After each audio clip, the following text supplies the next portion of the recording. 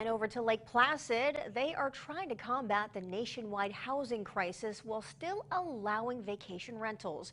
North Country Bureau reporter Michael Miller reports from the village with a look at how they're trying to combat the issue locally.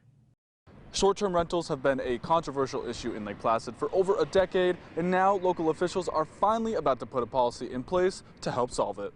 Residents have had issues with the number of short-term rentals for many years, saying it has raised housing prices and made it impossible to live in Lake Placid. Mayor Art Devlin said removing short-term rentals would not solve the issue. Even if we discontinued every vacation rental here, it would never bring the price of a home in Lake Placid down to the point where an average worker could afford to live here. The new policy will no longer allow people to acquire permits to rent their homes if they are considered unhosted, meaning the owner does not live at the house while it is being rented. What our overall goal is to take people that are STRs, which is short-term rentals, and move them out of what we call residential neighborhoods. Unhosted rentals will still be allowed in the gateway corridors and on Main Street to promote tourism and give people enough places to stay while helping locals by not allowing them to disrupt residential neighborhoods.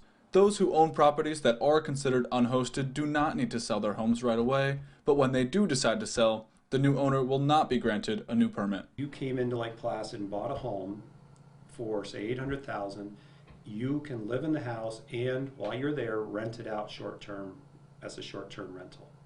It helps you to pay the mortgage and it helps you to be able to live in Lake Placid.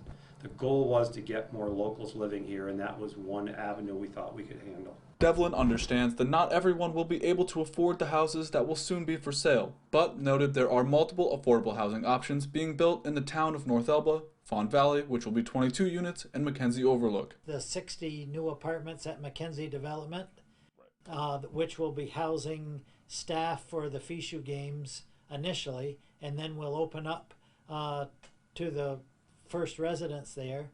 Devlin and Doty believe this is the best solution to help locals afford to live in Lake Placid and allow some short-term rentals, but one local is not convinced. In an anonymous statement saying, quote, "The average salary of a worker isn't enough to afford the average house price, so while it's easy to say that locals can turn around and buy a house, that unfortunately is not the case. Also, the opinion that all of the new homeowners will immediately want to rent out a third bedroom or basement level apartment is irresponsible." The mayor said the policy was designed to not be implemented right away, as to not shock the system and cause housing prices to increase even more. By allowing people to sell their homes when they please, more housing will gradually become available for locals. Reporting in Lake Placid, Michael Miller, Fox 44 News.